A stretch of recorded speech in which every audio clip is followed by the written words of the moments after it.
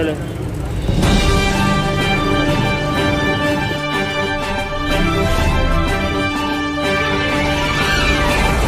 चले मोइन चिश्ती की रिपोर्ट के मुताबिक खबर शामिल की जा रही है। दूध के नाम पर सफ़ेद जहर बेचने वाले पंजाब फूड अथॉरिटी के शिकंजे में।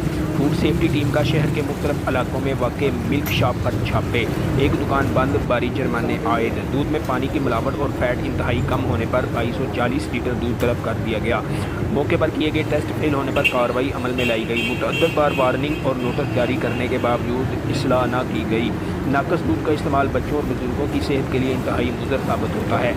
मिलावटी दूध सप्लाई करने वाले सेहत दुश्मन अनासर के खिलाफ सख्त कार्रवाई अमल में लाई जाएगी।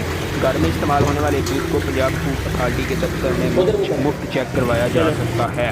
मिलावटी दूध सप्लाई करने वालों की इत्तला पंजाब फूड अथॉरिटी की हेल्पलाइन 1223 पर दें। Raja Jahangir Anwar, DG food authority. Cameraman Ali Bhatt के साथ मोइन चिश्ती, न्यूज़ 4 गुजरांवाला।